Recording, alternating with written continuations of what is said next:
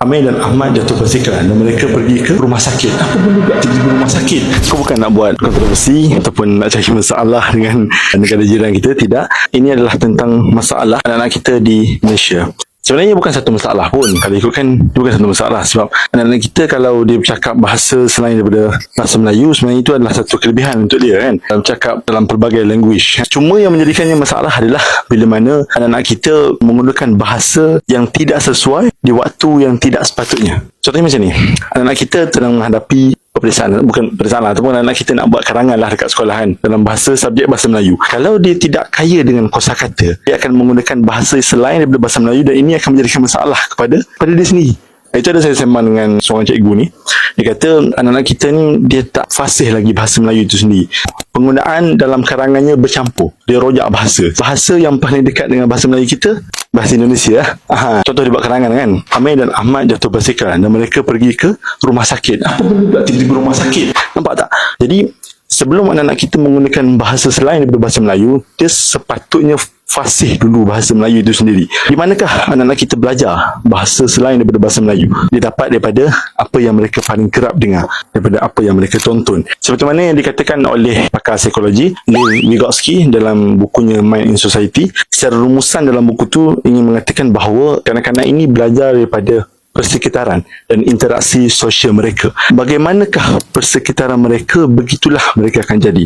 Jadi Boyah kena tengok tentang tontonan kartun mereka, TikTok kan, ataupun persekitaran. Boyah kena perhati benda ni dan menitik beratkan tentangnya. Pada akhirnya, penggunaan bahasa ini tidak ditentukan di negara yang mereka duduk, tetapi ia ditentukan oleh apa yang mereka paling kerap dengar, apa yang mereka dapat, apa yang mereka proses dalam fikiran mereka, dan itulah yang akan mereka keluarkan.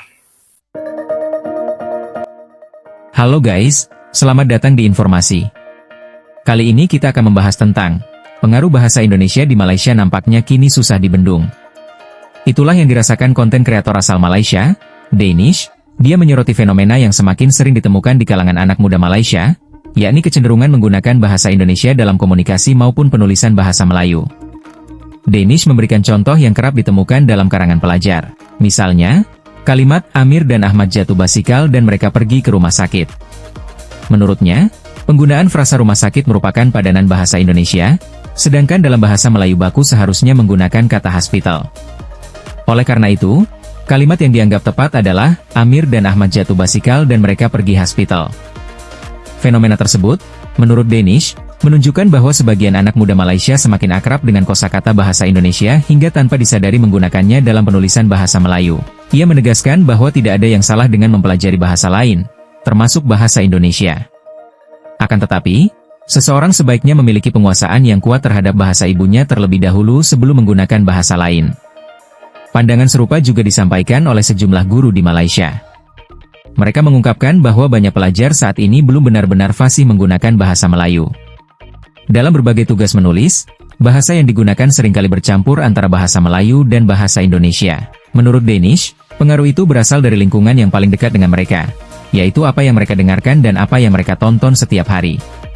Paparan konten digital seperti video TikTok, YouTube, film, serial, hingga kartun berbahasa Indonesia dinilai menjadi salah satu faktor yang memperkenalkan berbagai kosakata Indonesia kepada generasi muda Malaysia.